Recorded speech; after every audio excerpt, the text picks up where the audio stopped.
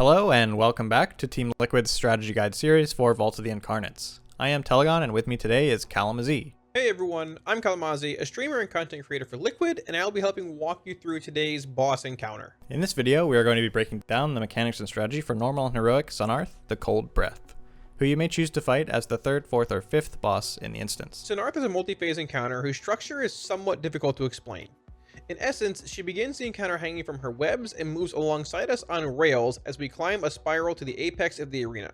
She alternates between platform phases and stair phases, of which there are 4 and 3 respectively.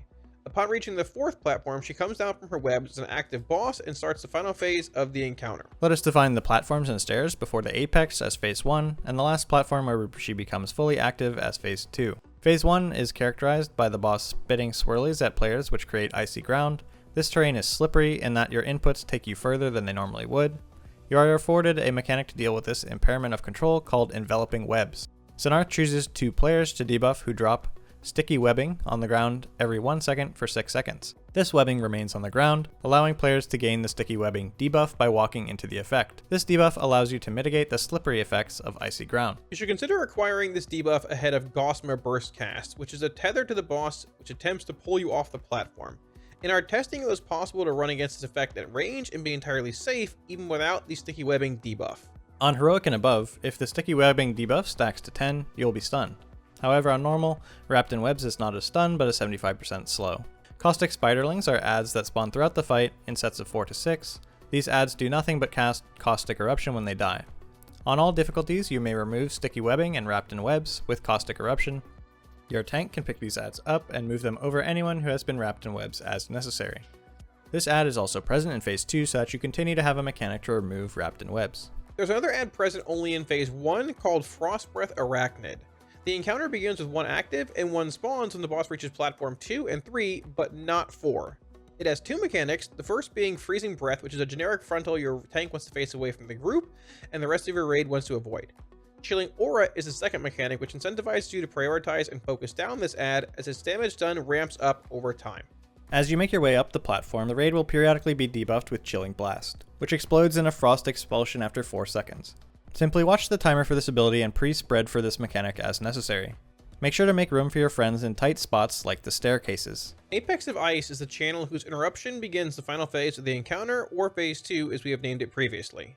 The most notable change is that the entire platform will be covered with icy ground for the duration of the phase. The boss continues to cast Chilling Blast, which explodes into frost expulsions. You should continue to spread 4 yards for this mechanic.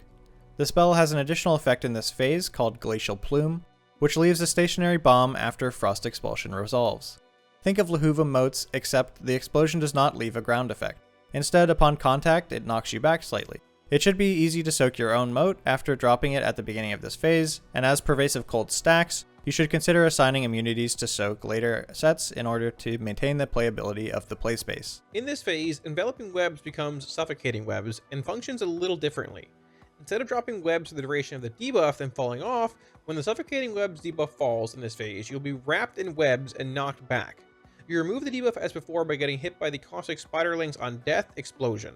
It's important to note that in both normal and heroic, this mechanic should always target the active tank plus 1 random player.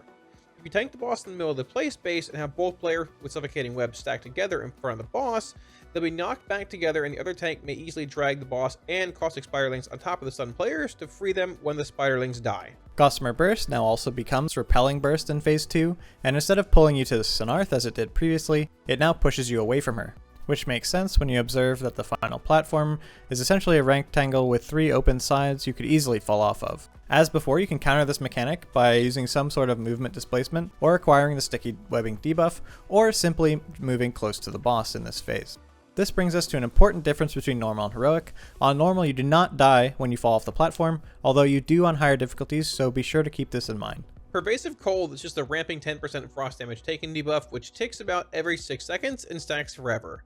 The primary consideration for the damage amp should be on frost expulsion damage as well as Glacial Plume if you do happen to collide with one. This serves as the fight's soft and rage. To summarize briefly for each role, DPS and healer players make sure to pre-spread for Chilling Blast, and be prepared for Gossamer and Repelling Bursts respectively. Consider also where you are placing sticky webbing from enveloping webs, and whether or not you should acquire the debuff for an upcoming push or pull. Make sure to also stack with the tank in Phase 2 if you are debuffed with suffocating webs, to make it easier to clear your stunner slow. Make sure to focus down Frost Breath Arachnids as they arrive as a DPS, and prepare for the ramping damage if one is dying slowly as a healer. For tank players, focus on picking up the Frost Breath Arachnids and facing them away from the Ray group, while also making sure to get aggro quickly on the Caustic Spiderling spawns. Position them over the players with Wrapped in Webs as necessary. DPS players who have threat redirection abilities like Misdirect should use them to help their tanks acquire aggro on the Spiderlings so they can spawn very spread and far from the boss.